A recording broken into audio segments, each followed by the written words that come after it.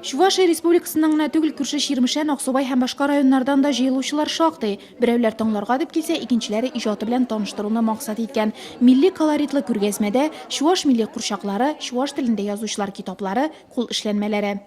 Чувашскую культуру можно развить. Чуваш мәдәниятен мәктәптә туган телне өйрәтеп кенә түгел, башкача да үстереп була. Әйтик, кул эшләре аша гариф-гадәтләрне күрсәтеп, бүген менә күргәзмәдә булар барысы да бар.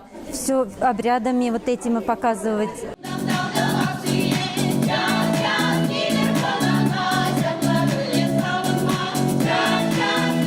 Чуваш әдәбияты һәм мәдәнияте көне Нурлатта тәүге тапкыр. Барысы да чуваш телен, мәдәниятен, әдәбиятын үстерү максатыннан. Нурлатта үткәрелүе очраклы түгел. Районда унлап чуваш ансамбле эшли. Шул кадәр үк язучы һәм шагыйрь ана телендә иҗат итә. Чуваш телендә район газетасы бастырыла. В рамках одного дня все... Бер көн кысаларында гына барлык сорауларга җавап табып булмый. Шулай да башларга кирәк. Проблема шунда, тел югала. Хәтта авылларда да чуваш, татар телләре рус теле белән алыштырыла. Бу безне бик борчый. Шуңа да аны саклап калу өчен мондый көннәрне уздыру уңай юнәлеш бирә. Это наша большая боль.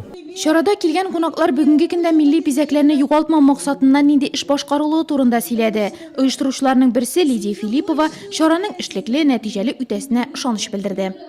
Чуваши татары не только живут издревле по соседству, живем дружно, сотрудничаем, ездим в гости, играем свадьбы и так далее. Дай Бог, чтобы всегда было так.